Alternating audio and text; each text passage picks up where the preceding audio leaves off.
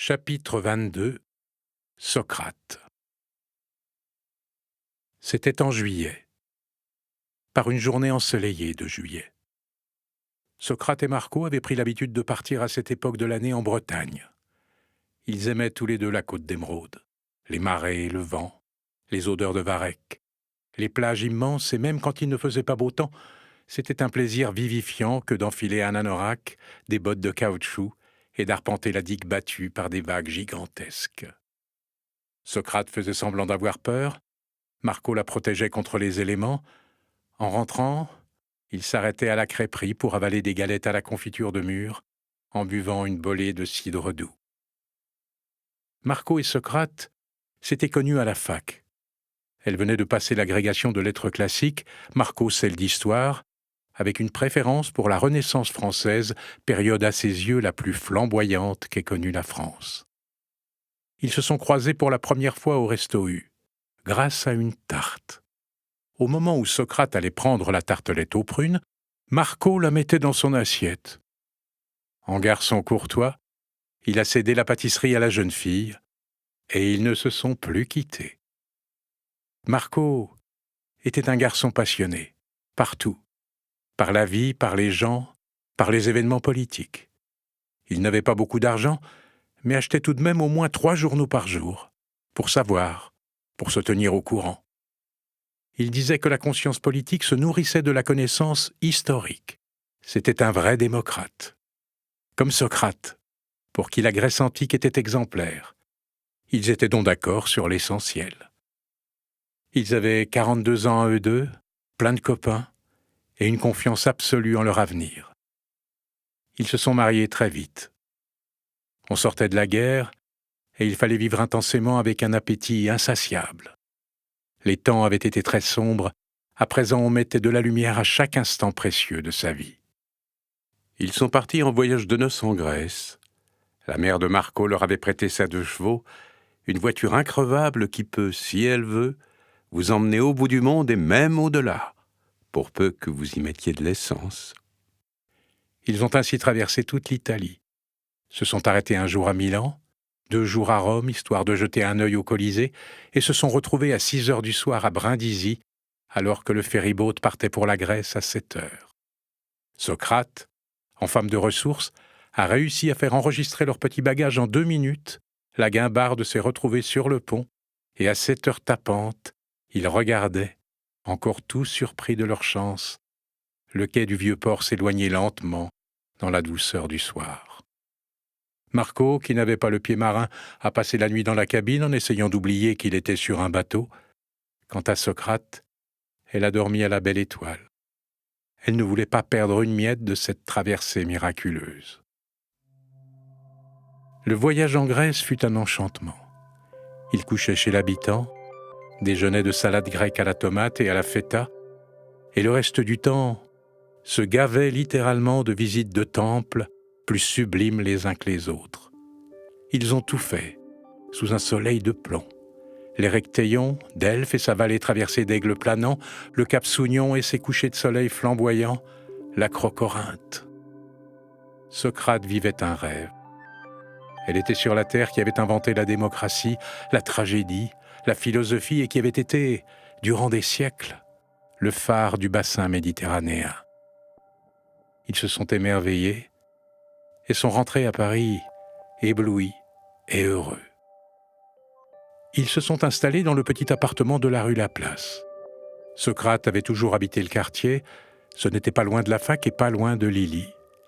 Elles avaient été à la communale toutes les deux et finalement, Paris n'est jamais qu'une juxtaposition de petits villages. On reste attaché à son arrondissement, comme on reste lié à la ville qui vous a vu naître, c'est pareil. Ils étaient allés en Grèce à la demande de Socrate. L'année suivante, le voyage fut consacré au pays de la Loire, si cher à Marco. Ils allaient sur les traces de François Ier, comme ils avaient suivi le chemin lumineux de la Grèce antique. Tous les châteaux y sont passés. Amboise et Léonard de Vinci, Blois, Chenonceau la sublime, Chambord et son escalier unique au monde. Toutes ces merveilles marquées par la magnificence du règne du grand monarque, à tous les sens du terme d'ailleurs, puisqu'il mesurait presque 2 mètres. Marco avait une passion pour ce roi humaniste, fin lettré et protecteur des arts. Comme pour la Grèce, cette plongée jubilatoire et ô combien exaltante fut un moment inoubliable dans leur vie. Marco et Socrate étaient brillants, ils ont chacun obtenu un poste d'enseignant à Paris. En même temps, ils menaient une vie très joyeuse, sortaient beaucoup, fréquentaient les bistrots. C'était l'époque bénie des discussions interminables qui vous amenaient facilement à 3 heures du matin. Ils refaisaient le monde, ne parlaient pas d'argent mais d'idées, qu'ils brassaient avec véhémence et passion. L'heure était aux idéalismes. La guerre avait ravagé le pays.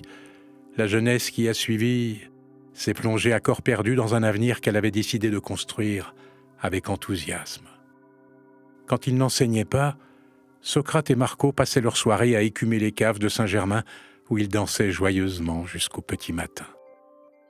Cette vie insouciante a duré jusqu'à ce jour merveilleux où le médecin lui annonçait qu'elle attendait un petit. Ce n'était pas programmé, mais c'était une époque où les bébés arrivaient quand ça leur chantait. Pour l'heure, ce fut une magnifique surprise. Marco était père dans l'âme, disait-il, et pour Socrate, l'idée d'attendre un enfant de l'amour de sa vie était une pure bénédiction. Lily serait la marraine et le frère de Marco le parrain. L'affaire était bouclée. La vie a coulé avec simplicité pendant longtemps. 5 ans exactement. Quand François est né, Socrate et Marco ont décidé de passer désormais leurs vacances en Bretagne. L'air y est pur, les touristes discrets et la mer remuante, tout pour plaire. C'est ainsi que régulièrement, peu après le 14 juillet, Socrate et sa petite famille mettaient le cap sur Paramé, petite bourgade juste à côté de Saint-Malo. Ils y étaient arrivés la première fois par hasard, et du hasard en ont fait une habitude. Ils y ont passé des étés merveilleux, s'y sont fait des copains, ont pris des tonnes de photos, disputé des parties de cartes, enragé les jours de pluie, et même attrapé des coups de soleil les jours de chance. Bref, ils y ont été follement heureux. François était un enfant qui s'élevait tout seul, comme du chien-dent, disait Marco pour plaisanter. Ce n'était pas du chien-dent, c'était une plante rare, un petit être lumineux, solaire, toujours content. Il évoluait dans un milieu de jeunes universitaires. C'était un peu la mascotte du groupe, puisqu'il était le seul enfant.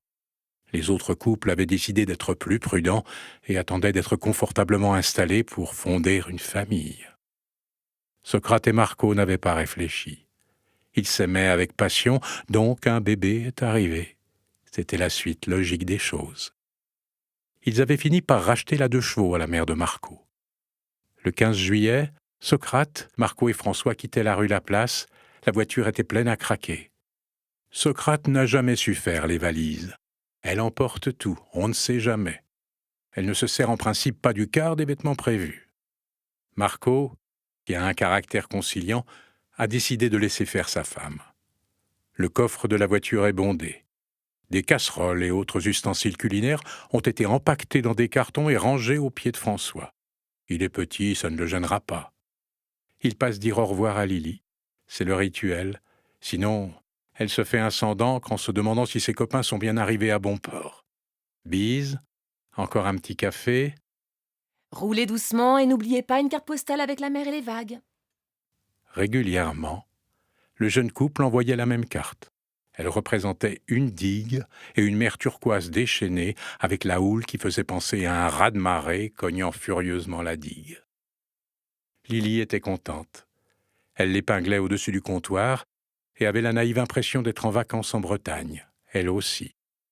Cette année-là, donc, pas de raison de déroger à la règle, le rituel est respecté, rue Laplace, quai de la Tournelle, petit café, petite bise, promesse de courrier, et les voilà partis. C'est toujours Marco qui conduisait. C'était comme ça. Socrate avait son permis, mais elle n'aimait pas conduire. Elle préférait s'émerveiller devant les paysages traversés, qu'elle commentait d'ailleurs amplement à son amoureux sous prétexte que le conducteur doit être concentré et ne pas être distrait par une forêt particulièrement somptueuse. La mythique 2 chevaux avait davantage un rythme de sénateur que celui d'une Formule 1. Ils avaient donc décidé de faire le parcours en 2 étapes et passeraient par Le Mans, où ils devaient déjeuner avec des copains. Il était 11h30. Le temps était superbe. Pas un nuage. De ces journées d'été idéales, lumineuses. Marco s'est mis à chanter à tue-tête un air de la Traviata. Ce qui faisait beaucoup rire son fils qui lui disait « Arrête, papa, tu chantes comme une casserole. » Socrate, au contraire, encourageait son chéri. « Papa ne chante que pour moi, que pour moi. Chante, mon amour, je t'écoute. » Et il repartait de plus belle. La route est droite, presque. Un virage léger, le camion arrive. Pourquoi roule-t-il au milieu de la route ? Marco donne un brusque coup de volant, le camion fonce toujours, il ne ralentit pas. Le choc est terrible, le fracas épouvantable. Le poids lourd a heurté la voiture de plein fouet. Socrate a hurlé. Tout est devenu blanc. Un éclair déchirant, un bruit infernal, et le silence. Il ne reste qu'un méchant amas de tôle sur le bord de la route.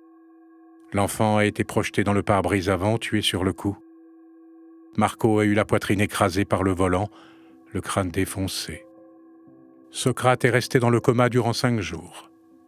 Quand elle s'est réveillée, il a fallu lui apprendre la mort de son mari et de son petit.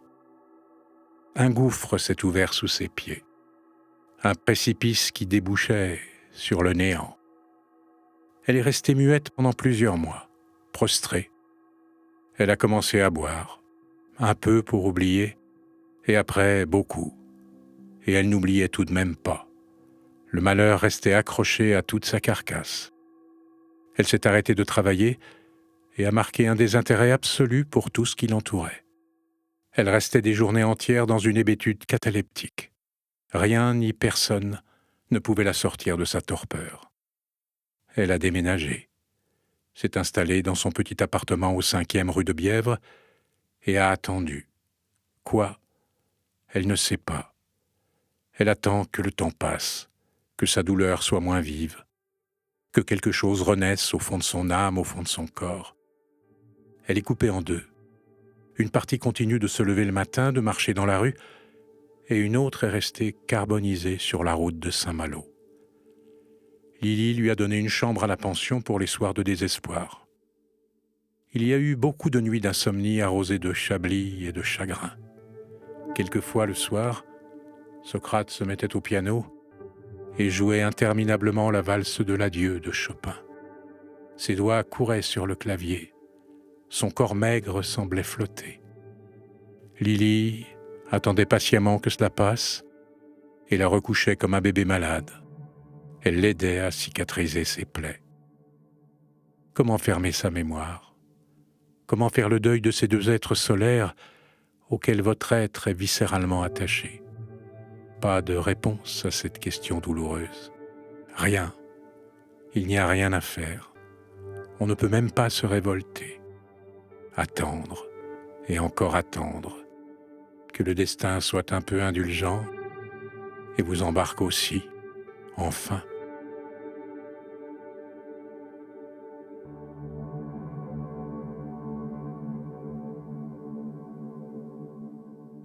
Je n'ai plus droit à la parole, c'est ça ? Parce que je suis veuve ? Parce que je n'ai pas eu le temps d'élever mon fils ? Pourquoi je m'en suis tirée ?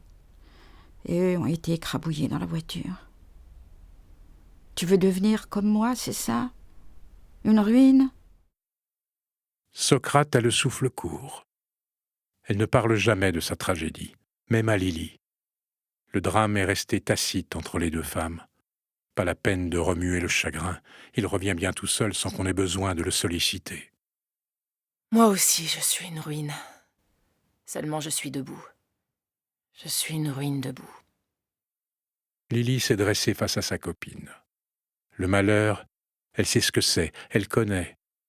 Elles ne vont tout de même pas faire un concours de celle qui a reçu le plus de coups sur la cafetière.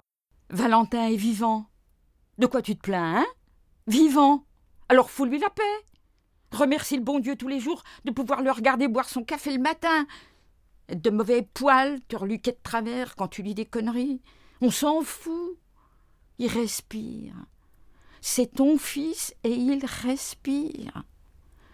Le mien est bien au frais, 6 pieds sous terre, et moi je suis là, j'attends. Et tu oses te plaindre? Tu oses refuser ce type gentil qui veut te rendre heureuse, espèce de porc-épic? Tu sais comment il appelle ça, Aristote? Il appelle ça la tuquée. Ça y est, la voilà qui recommence avec des mots compliqués qu'elle ne comprend pas. Elle le fait exprès, c'est sûr, pour l'humilier. T-U-K-H-E. C'est la rencontre heureuse de 2 personnes.